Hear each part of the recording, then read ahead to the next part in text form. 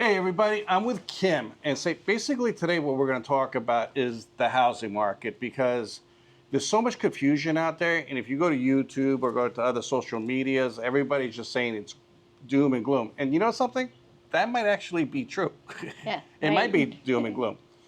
But I work with a lot of different real estate agents, and I pick Kim because she does it full time. Because I'm a believer you have to be doing something full time, even if it's home inspections or real estate. You have to be doing it full time Yeah. in order to really know what's going on. So, Volume. volume. Volume brings experience. So I asked Kim if she could come on the channel so I could basically ask her a bunch of questions for once and for all. And I'm going to do this with a few different real estate agents and see if they have the same opinion. But let's go for it. We'll jump right into it. In the meantime, if you like this kind of content, consider subscribing. It really helps. And if you want to talk to Kim, I'll have her phone number for you below. And if you need a real estate agent anywhere else in Florida or the United States, my phone number is below. Okay, Kim, how would you describe the Florida housing market right now? Like, in your opinion, forget about people are going to say, hey, she sells homes. Of course, she's going to say it's great. But you might say No, it's great. I won't. Okay. I would say it's a tug of war. That is my honest opinion. It's my experience that we are experiencing a true, I'd say almost like a transition from the seller's market. And I think it's blowing right past a neutral balanced market and jumping right into a buyer's market. 6 months supply is a neutral market? 5 months, 5 months? so 5 pushing into 6, and we are in the 5.5 right now. But it's feeling more like a buyer's market. So I feel like we're going to be pushing very quickly into a full-on seller's market. So are you seeing more buyers or sellers active at the moment? Oh, I'm in a world of listings. Okay, because I remember when they were changing the NAR rules, everybody's like, you know what, we're just going to go for listings. Everybody wanted listings when they saw the market. And now they got their dream, they got their wish. They got their wish. What you wish for. Be careful what they wish for. And now people are looking for buyers. Yeah, So it's more of a lot of listings out there. A ton of inventory. Yep. And a lot more coming. Yeah. When somebody puts a house on the market, I know you don't cover all of Florida, and each area is a little bit different, but over here, like Pinellas, Pasco, what's like the average time on the market would you consider a house? So it's moved from, say, 3 weeks. Now we're pushing into 2 months. Wow. I mean, it's just because it's just taking time for the sellers to get that offer that they want or realize that it's not coming. Yeah. Are they being, I'm sure I have this on one of my questions, but I'm answering it now. I mean, are sellers kind of being unrealistic? They still think it's the unicorn years of the COVID days? They're realizing that they bought it high. Most of them bought it high. This is with the ones that bought it high. The last, the COVID crazy. Yeah, 21. Yeah. Yeah. So they bought it high. They really did not much to it, to the home. And now they feel that why hasn't it appreciated to what I want? And I don't understand. It has been appreciating like so much that it wasn't real. It wasn't realistic. Well, I know I was just speaking to another real estate agent, and they actually walked away from a listing that they were offered because they said the price was so unrealistic it'd be a waste of time for them. Yeah, it is actually, I do understand why they did that, because there comes a point where you don't want to argue with the seller a lot. You show them the numbers at the listing appointment, and if they're even more than your highest, which they are so much of the time, the typical way you'll handle that is say, okay, well, we're going to drop it in we'll give it 2 weeks. We're going to let the market speak at your price and be prepared then to come to what I said. And that way you'll know you gave the market a fair chance, but be prepared. True. Now, I know you know Tampa Bay's market pretty well, but anywhere, there's really no hot markets anymore that I could see. No. You know, it's I just don't know of anybody flocking anywhere. now. I mean, I know Southwest Florida is getting beaten pretty bad right now, and I Oh, know, Punta Gorda yeah, Punta and Gorda, that Cape whole area, Coral, yeah, Naples. that stuff is doing it. Have you noticed that the prices are starting to level off a little bit? Like, I mean, we've seen, like, when I go to Zillow, realtor.com or homes.com, you see price cuts, like, and I always said a lot of those price cuts is because they priced them too high at the beginning.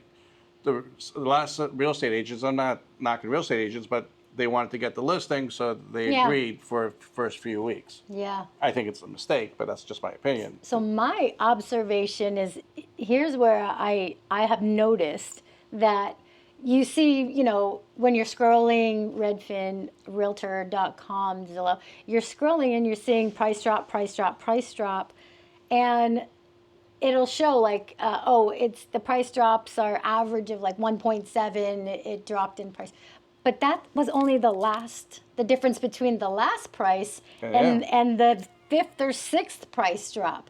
I can't find data that keeps it to where it's like this is what the original price was, and this is what it's been dropped to, Well, because it's higher than 1.7%. It's been dropped. I'm sure there's a reason for that. We're in a 5 to 10 drop percentage. I saw a house drop $100,000 in the last swoop just yesterday when I was looking.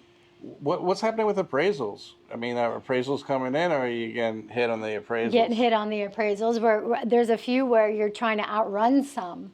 It's like, hurry up and get this under contract before this one closes, because that's going to mess everything up. Now, you're on the coast, but you do coastal and inland. And I guess what my question is are you seeing a difference of people not buying so much in the coastal because of insurance costs and they're trying to go more inland? Yeah, it's all about, is it in a flood zone? The flood zone's a big deal. It's a big deal.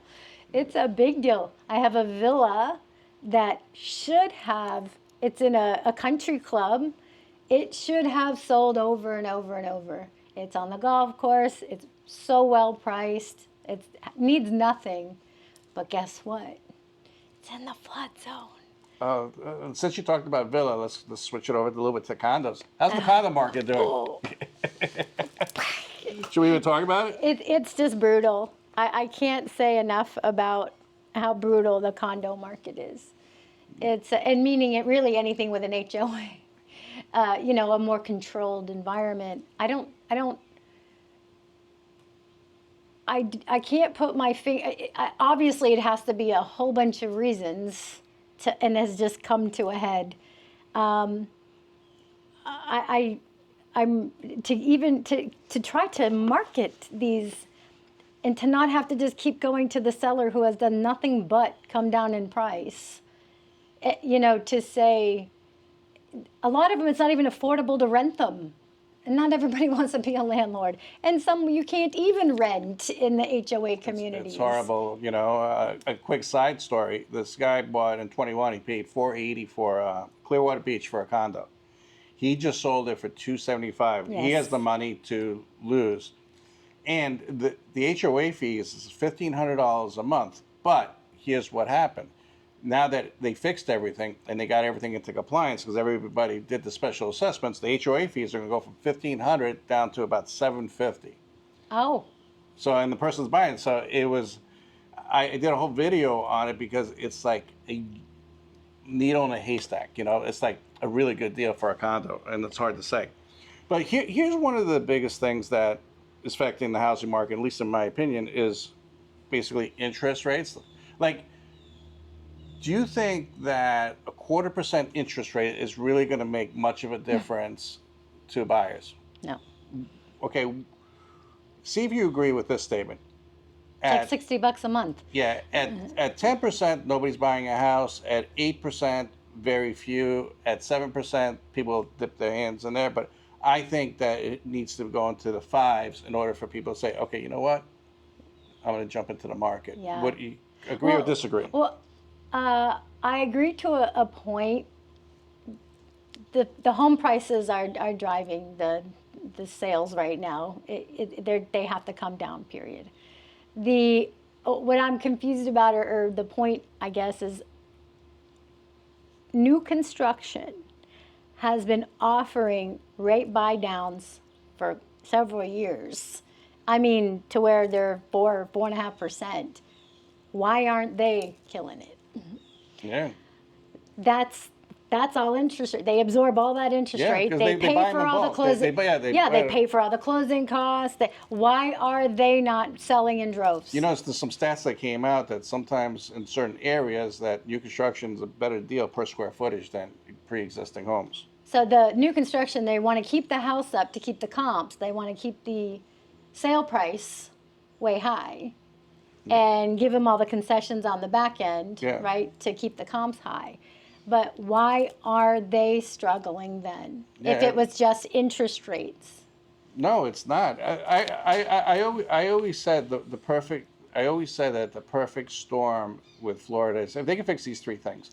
If they can fix property taxes, and I'm going to touch on that, homeowners insurance, and interest rates, and adjust the prices. And abolish some HOAs. Yeah, abolish some HOAs because at the end of the day, if rates drop too dramatically, say they did drop to like 4% in the fours or something, it's going to drive prices of homes back up.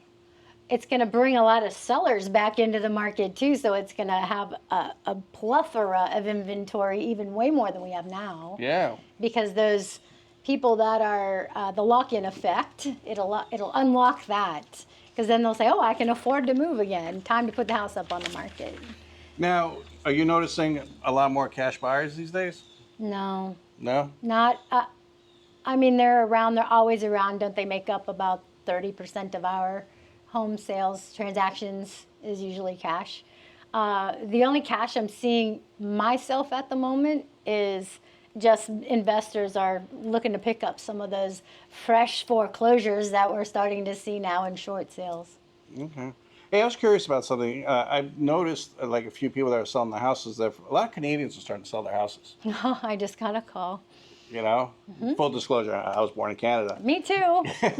We got two Canadians here. Weird. So, I mean, you notice where I'm going with that is, are you noticing more and more people that live out of the country or out of the state even just selling the second homes Yes. just because of the cost? Unload them. The call I got a couple days ago, they have a condo, and these are Canadians, because everybody's wondering, are the Canadians coming back? And it's not looking good. No. They love their condo. They've had it for about 10 years, so they got a great price. But they just got the letter saying $40,000 assessment coming down the pike this year. And they said, Kim, sell it. Don't want it because they're, what is it, 60 cents on the dollar? Yeah. Is their money? So Something like that. It's that's low, yeah. So it's going to be 70,000 to them, or 65,000. It's not just 40,000. Yeah, it's not just political; it's financial. Yes, it's all financial. Yeah, people are saying it's because it's political because they're angry about what's the tariffs and stuff, but that's not what it is. Every time I speak to them, they're like, "Hey, homeowners insurance, property taxes, Yeah. and touch on property taxes. Like, I just got my TIF. Basically, it's an estimate of what my taxes are going to be before they vote. You probably got your, people get it too. And people have to realize everybody's taxes went up still, pretty much to the peak, the 3%. A lot of them did. My taxes went up, and people are like, if the values are going down, why are property taxes going up? So, the reason why, one of the reasons is, you have a 3% cap here in Florida for your taxes to go up. But let's say you bought your house at $200,000 and now the value is at $400,000, but it drops down to $300,000. They're going to raise your taxes every year until they catch up to that $300,000. So your value can still go down, but unless it goes down from the original assessment where you're being assessed at, it's going to continue going up till they catch up to it. They do what they want to do. They do what they want to do, and worst comes to worst, they're like, oh yeah, okay, we have a 3% cap, but we want more. We'll just increase the mill rate. Yes. Or the fixed rates. They have it all dialed in. Okay, are you noticing any more a big wave from Northeast people moving in? Are you noticing where people are moving from? Funny thing is I'm hearing states that I never have heard before. Mm-hmm. Nebraska, Oregon, you know, uh, New Mexico. Like there's some states that we just rarely hear, Right. and now all of a sudden it's like, oh gosh, that's crazy. Like what? A lot of it is to be with near family, and there's so much Sure. as family motivated. But I did just speak to some that they did get a job opportunity here. But I think it's pretty cool that Are we're you seeing a starting lot to. of remote workers still? No, no, no. They're actually they're the ones leaving. The Mm-hmm. remote workers. Yeah. You know. But do you notice that out of state, people there that live out of state and sell them their homes, they since their market is different from Florida market, they really don't understand what's going on when you say, "Hey, sell my house," because they're not living it. They're not here every day. Oh, Are you noticing we're that? always. Yeah, I I always feel like the bearer of bad news sometimes, but typically we're a safe bet. But when things get volatile, for some reason, Florida is always the first to go down. Will it be one of the first to go back up again? Because everyone loves our landscape.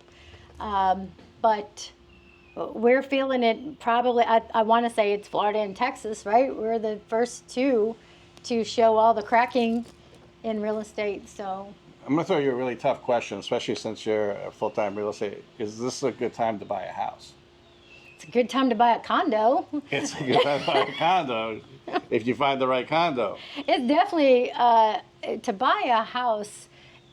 Of course, if you see a house that's been sitting on the market for more than 90 days, there it's okay to push.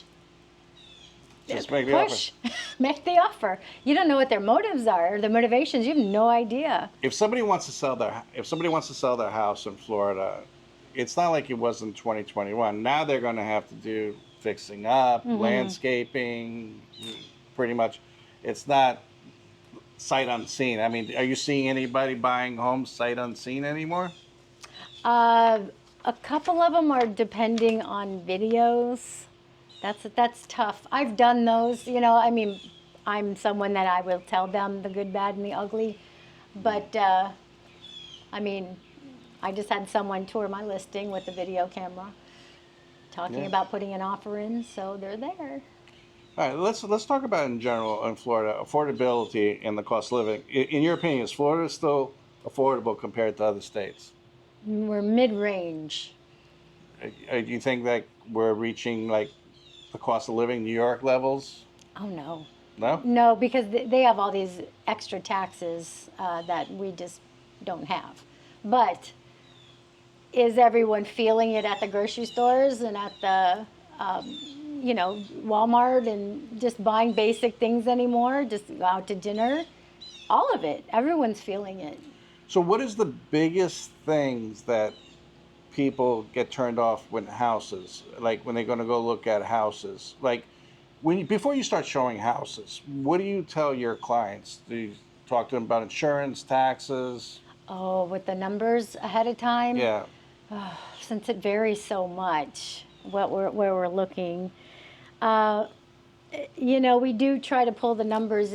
What's happening is we have record highs for cancellations, Right. record. And so what's happening is they go, they see the house, they see the price of the house, they're estimating on their phones what the actual cost will be, and then we get it under contract, send it to the lender. The lender sends them the preliminary numbers, they have sticker shock, they freak out and cancel. And the whole thing too is I never understood why. Maybe you can answer this because I know you deal with a lot of them, but I never understood why they're basing the property taxes on their qualifications, on their ratios, on current property taxes because they're going to get reassessed the following year. So I try to highlight that at every closing table, like every chance I get to talk about. I'll say, first of all, you can go to the property appraiser's website, Yeah. and you can look up any house, and you can say homestead or non-homestead, and it will spit out. And it'll ask you what the sale price is, and it'll tell you what the new taxes will be. So I absolutely get ahead of that, so that they are prepared, because I've gotten numerous phone calls in the past that they said, "Oh my gosh, look what just happened! I can't believe it." And shame on the lender for not reviewing that. Title company could touch on that a lot of time, and some Sure. do. Yeah. But I try to be careful with getting too numbery with the people, because I'm not the one that creates those numbers. But I do give heads up and give them advice on where to go find these numbers. Have you lost deals because of insurance? Oh, of course. Of course. It's just, I mean, one of the the pain points is insurance. I think insurance is just as important as the mortgage payment. But what do you do when somebody says, "Hey, I want to buy in this area," and it's in a flood zone, so like citizens are going to require flood insurance, separate policy. I mean, uh, you know, if it's a raised house, or if it's a townhouse or something, they're more forgiving. But single family homes in the flood zones, my people have been saying hard pass because of the hurricanes last year. Totally different story prior to last year. This year is a game changer. We're all waiting. I know What this is is September gonna bring? we're at the peak, so Well, we're just going into it. yeah, we're going into it. We're going to the peak. Yeah, it's September, October. I mean, it's a beautiful day today, Mm-hmm. but this time next weekend could be a complete disaster. We don't know. Oh, trust me, I know. I'm on the water. So I totally understand it. Let me ask you a question. Do you see houses, affordable areas anymore that are like, you know what? More people are gravitating to that area. There's some really good deals. Do you sometimes get the new listings and say, wow, that's a really, really good deal? If it's on the water?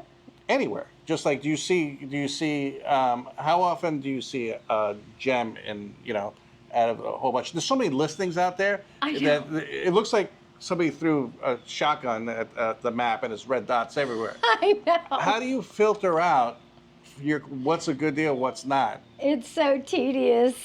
It's because you have to look at comps for each and every one. And then you have to physically lay eyes on them, because, I mean, I have a great photographer too. Mm-hmm. Well, you make anything pretty look good with It can photography. look good. So you have to go, and if you're experienced enough, you look around and you can see you can pretty much pre-anticipate an inspection on a lot of things, just by touring a house. On paper, obviously, if it's the cheapest one in a sea of more expensive homes, is it much smaller? There's usually a reason. People aren't just going to give them away. But, a well-priced home, they'll go so fast. Those are the ones you don't see very long on the market. I mean, do you see prices going up or down next year or sideways? I mean, let's talk about. The appraisals will stop that from happening. Yeah, I mean, but where do you see the market going to be for the next 6 months, 12 months, 2 years? I don't see it going up.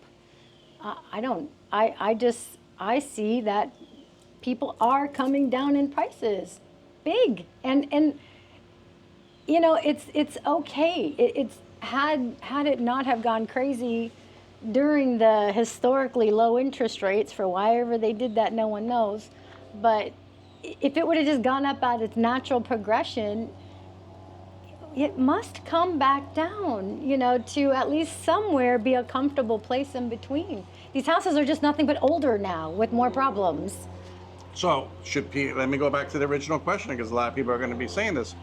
Should they wait on the sidelines till there's another 10% correction?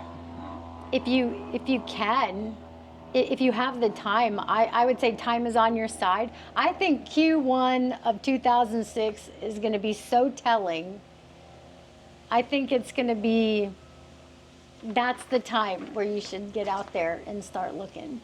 I mean, buyers, what's the biggest? Give me a couple of the biggest mistakes they're making right now. they're not asking for enough. All right, that's a big one. They can probably ask for some of them can ask for more, and the sellers will comply. What's the biggest mistake sellers are making? Not accepting a great offer, the best offer that they're probably going to get. The Sure. the first offer is usually your best offer, and they need to understand that. Work with it. Is the Florida housing market, are we in trouble? I'm not saying crash. I know people like, when I say crash, they're like, but a big correction. Oh, it needed to happen. Yeah, I know it's not 2008 again, but I picked up my house then. It was a great deal. Yeah. Well, I'm sorry. I had Yeah. a listing that I just had to cancel because they're just in foreclosure. They said forget it. The numbers are impossible to work now. Yeah, the people that buy in 2021, you know, they Yeah, bought 22. that's when they bought. They're in trouble and stuff, and everything. So basically, you think that people, it's going to be coming down slowly but slowly. Yeah. But there are some people just want to get out. I know 2 or 3 listings, and I don't sell real estate, but I know 2 or 3 listings that, I mean, that's like a really, really good deal. Yeah. They're from out of state and they just want to.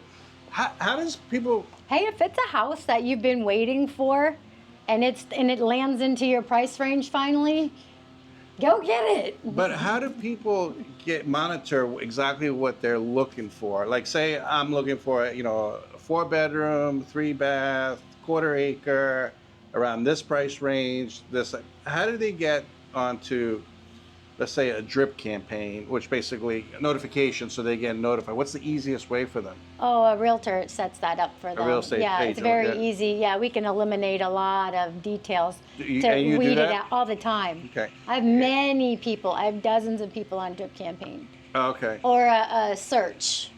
So you don't have to look for them every day. The system will look and email them, then It they does. can call you. And there's some people that I know that they're looking even more specific, so I'll set it up to where it's on concierge mode. I actually see the listings first, and because I do not wish to waste anyone's time. Okay. And so I will go through each and every one and approve this one, reject, approve, reject, if they, because I know what they're looking for. And then I'll send it. So how do people get in touch with you?